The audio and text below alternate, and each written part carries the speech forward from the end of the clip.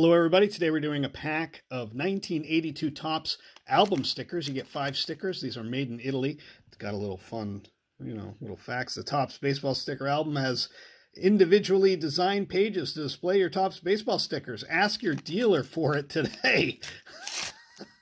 Encouraging kids to go to their dealer. Fantastic. All right.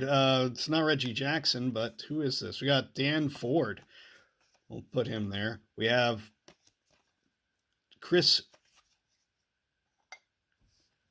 Then we have Lou Whitaker. I thought it was Lou Whitaker.